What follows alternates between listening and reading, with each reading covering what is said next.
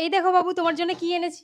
মাসি, আমি অনেকক্ষণ পা টিপেছি, আমার খুব খিদে পেয়েছে, আমাকে খাবার বানিয়ে দাও না। হ্যাঁ, আমারও খুব খিদে পেয়েছে। এক কাজ কর, রান্নাঘরে গিয়ে গরম গরম লুচি আর আলুর দম বানিয়ে নিয়ে আয়। পবিত্র, তুমি খাবে তো? হ্যাঁ, আমারও খুব খিদে লেগেছে। মাসি, তুমি তো জানো আমি খাবার বানাতে পারি না। কাল তুমি বলতে আমি অনেক চেষ্টা করছিলাম, কিন্তু আমার হাত পুড়ে গেছিল। হাত পুড়বে না তো কি হবে? ভালো করে যদি কাজ না করিস তাহলে তো হাত পুড়েই যাবে। একটা কথা ভালো করে শুনে রাখ, তোকে আমরা মানুষ করছি তা বলে এই নয় তোকে খাবার তৈরি করে খাওয়াবো। এই বাড়িতে যদি থাকতে চাস তাহলে খাবার তৈরি করে খেতে হবে, কাজগুলো ভালো করে শিখতে হবে, বুঝেছিস?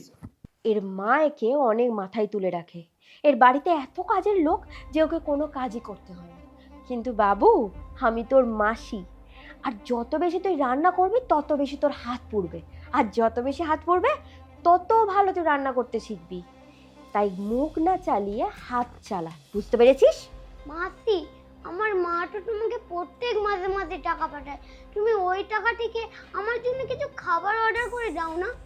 ওরে বাবা, আজকাল তো দেখছি এর মুখে ভালোই খই ফুটছে। এটা শুধুমাত্র তোমার জন্য। তোর মা ক টাকা পাঠায়? হ্যাঁ, যে টাকাটা পাঠায় না সেটা তোর পড়াশুনো করাতেই খরচা হয়ে যায়। আর তোর মায়ের টাকায় না আমরা খাই না, বুঝেছিস? এর মা ফোন করছে। এর মায়ের কি আর খেয়ে দিয়ে কাজ নেই, যখন তখন ফোন করে? এই শোন, তোর মা ফোন করছে। মুখ ফসকেও যদি একটা কথা বলেছিস না, তাহলে কিন্তু আমার থেকে খারাপ আর কেউ হবে না, বুঝতে পেরেছিস? হ্যাঁ। হ্যাঁ পায়েল, বাবু কি করছে রে এখন? খাবার খেয়েছে? হ্যাঁ রে, ওর জন্য খাবার এনেছি, চাউমিন, মোগলাই, বিরিয়ানি। ওর যেটা খুশি হবে ও সেটাই খাবে। ও আচ্ছা, এটা তো ভালো কথা। আচ্ছা, ওকে একটু দে তো, আমি একটু কথা বলি। হ্যাঁ হ্যাঁ, দিচ্ছি ওকে। এই নে, তোর মা, কথা বল।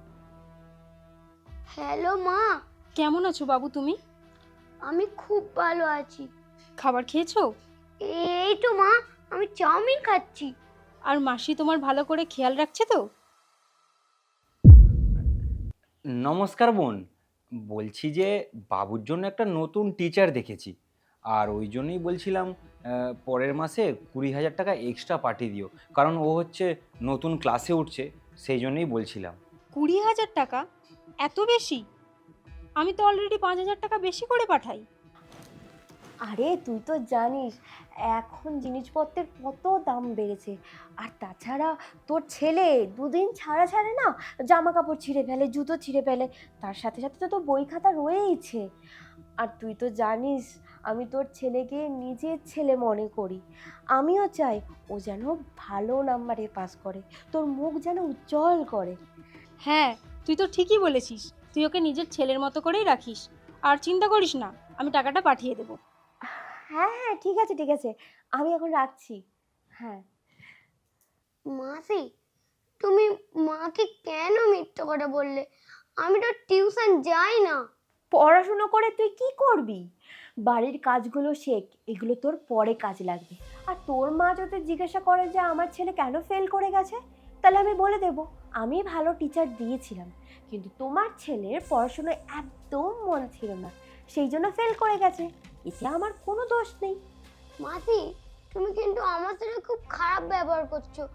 মা যদি এসব কিছু জানতে পারে তোমাদের আর ছাড়বে না। মুখে মুখে বড্ড কথা শিখেছিস না, দেখবি? পায়েল! মা! বোন, তুমি এখানে? বাড়িতে আসবে আগে বলবে তো, তাহলে তোমার জন্য আমি খাবার রান্না করে রাখতাম। শুধু খাবার বানিয়ে রাখতিস, নাকি আমার ছেলেকে এটাও শেখাতিস যে মা এলে মাকে কিছু বলবে না, মাকে বলবে আমার অনেক খেয়াল রাখে, অনেক যত্ন করে, তাই না? না না, ওর স্কুলে একটা নাটক আছে, আর আমরা ওকে সেটারই রিহার্সাল করাচ্ছিলাম। কিরে, তোর মাকে বল, তুই বল। থাক, আর মিথ্যে কথা বলতে হবে না। বাবু, তুমি বলো তো। ওমা, এরা আমাকে দিয়ে বাড়ির সমস্ত কাজ করায়, এমনকি বাড়ির সমস্ত রান্নাও করায়।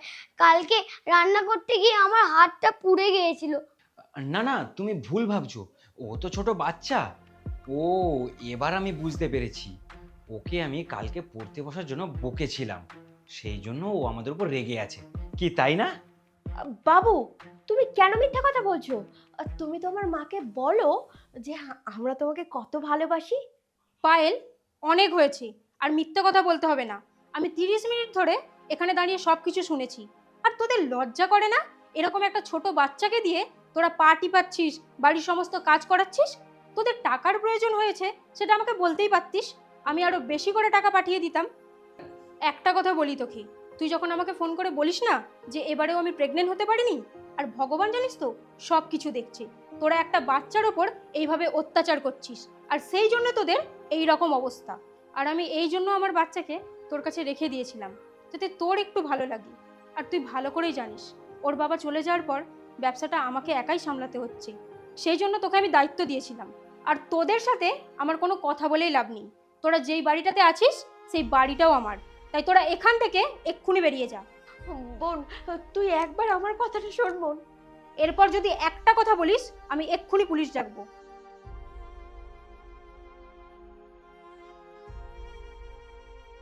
বাবু, তুমি আমাকে ক্ষমা করে দিও, আমার জন্য তোমার আজ এই অবস্থা হয়েছে, আর আমি এবার থেকে তোমাকে ছেড়ে কোথাও যাব না।